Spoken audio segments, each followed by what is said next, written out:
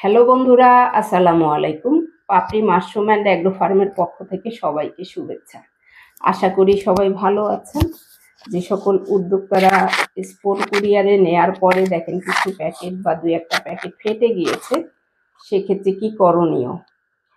অনেকেই আছেন খুব মন খারাপ হয়ে থাকে, নার্ভাস হয়ে থাকেন। মন খারাপ করার কোনো কারণ নেই, সমস্যা হতেই পারে, কিন্তু সমাধানের উপায়টাও আপনাকে জেনে নিতে হবে। যদি আপনি খড়ের সিলিন্ডার বানিয়ে থাকেন, সেক্ষেত্রে ওই অবস্থাতেই প্যাকেটটা রেখে দিতে পারেন। 2-4 দিন পরে যখন আপনি বানাবেন, অনায়াসেই আপনি বানিয়ে নিতে পারেন। এছাড়া যারা রেডি স্পোন থেকে চাষ করছেন বা করবেন, যখন প্যাকেট ফেটে যায় তখন এরকম একটা গাম টেপ ব্যবহার করবেন, অর্থাৎ একটা গাম টেপ দিয়ে ফাটা জায়গাটাকে পেঁচিয়ে দিবেন, তাহলে এই ধরনের আর ঝুঁকি থাকবে না।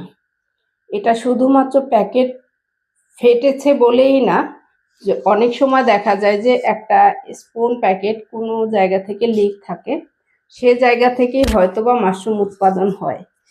ঠিক মাশরুম হারভেস্ট করার পরে আপনাকে ওই জায়গাটা এরকম গাম টেপ দিয়ে আটকিয়ে দিতে হবে। তার কারণ স্পুনের বডি খুব ছোট থাকে, অক্সিজেন ধরে রাখার জন্যই কাটা দুইটা জায়গা ব্যতীত অন্য জায়গাটাকে আটকিয়ে দিতে হবে, যাতে সঠিকভাবে অক্সিজেন ধরে রাখতে পারে। আশা করি ভিডিওটি দেখে উপকৃত হবেন। যারা জানতেন না তারা জেনে নিতে পারবেন।